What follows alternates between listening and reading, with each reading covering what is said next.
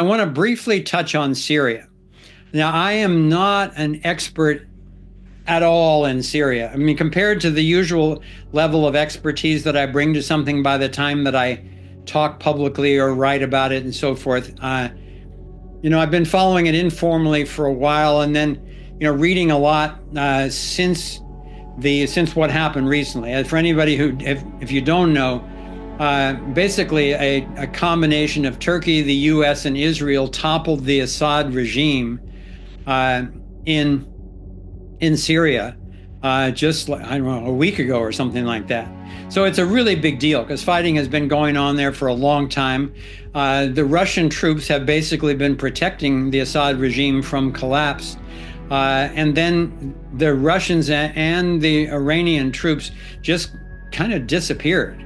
And I don't know for sure what was going on with that, but let me just share some thoughts because, again, we don't really know what's going on, but here's some reflections. First of all, just know that Syria, as such, was an inorganic country created in the drawing rooms of the European elite after World War I. So, like so many other countries where the boundaries were drawn after a war, it was kind of drawn randomly based on resources and square acreage and that type of stuff, rather than really looking at, okay, what are the religions? What are the ethnicities? What's the history of different groups? So it was an awkward and inorganic country to begin with. Now it's just in the last week, it's broken up into 4 areas, controlled, one by Turkey, one by the Kurds, one by Israel, and one by Russia, who has air and naval bases there. So it seems obvious to me that this is a part of the Zionist plan for what they call the Greater Israel. And in the last, I think it's 10 to 12 years, the U.S. has put about $40 billion into opposition forces to accomplish this. So obviously they had vested interests. Now I forgive myself for having difficulty understanding what's going on in there and pass that on to anyone else, because at times even the US-backed forces were fighting the CIA-backed forces. So it gets pretty complicated because it's really banks and oil companies and governments and intelligence agencies are all fighting each other and then putting some country's name on it. Or a religion's name on it, or an ethnicity's name on it. And it's essentially never that. So, unfortunately, the culture of Syria has been basically hollowed out, as happened in so many other countries in the Middle East. The gold and oil will now be taken. They already had a Rothschild central bank, which was, interestingly enough, untouched during the chaos and looting and battling in the major cities where they had branches. So that's interesting. That gives you a little hint as to who was controlling this whole thing. Now, in Zbigniew Brzezinski, who was the national security advisor for Clinton, he wrote a book called The Grand Chessboard. And he said in that book, and there's also a British guy named Mackinder who said a similar thing, that Eurasia, basically the area from Eastern Europe into Asia, the border territory there, was the key to controlling the entire world, particularly because of its geographic location, its resources, and its oil resources, its mineral resources. And so it's a really important thing that's going on in all these wars over there. Now, another friend of mine and a researcher and writer that I highly respect, named Alex Craner, has written a couple of interesting commentaries on this. And he has lived in the Eurasian area for a long time. He's originally from Croatia. He's just a brilliant guy, and he's been doing his homework for decades.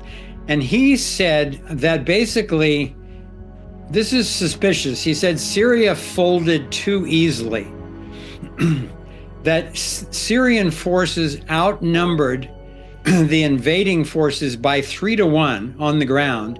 And the invading forces usually have to have a 10-1 advantage in order to succeed. And Syria just basically packed up and walked away. And Russia was essentially not involved. So was Russia distracted by what was going on in Ukraine? That they certainly were. And whether that was a large enough force to be really operative or not, I don't know. And Alex says, or was a trap laid by Iran and Russia to embroil the U.S. military further into ongoing battles, the same way that Russia and the U.S. basically got trapped in Afghanistan and then beaten by a very inferior military force in the form of the Taliban. So I don't know. I find that to be a very interesting theory, because kind of like October 7th, there's a lot of suspicious kind of false flag stuff about how easily and quickly the whole thing happened after all these years. So I don't know. We shall see. What I do want to do to kind of complete my input on Syria is to show you another video. I want to show you a clip from Thrive 2 that, for me, puts into a larger context not only Syria, but also Lebanon and Turkey and Kuwait and Iran and Iraq and so forth. Centralized money is pretty much the linchpin of the entire domination agenda. Primary perpetrators tend to be in the financial industry because it's the money that gives them the ability to control politicians, who control the military, who control people. They've almost completed their plan to have the entire world funneled through one debt-based fiat currency system.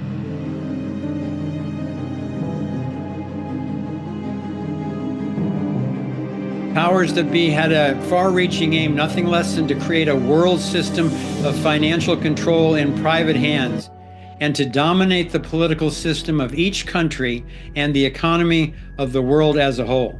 That's from Carol Quigley, the countries attacked Clinton's in the mentor. Middle East under the guise of so-called regime change, since being invaded, all have Rothschild central banks. When General Wesley Clark returned to the Pentagon in 2002, after his retirement, he had a shocking experience.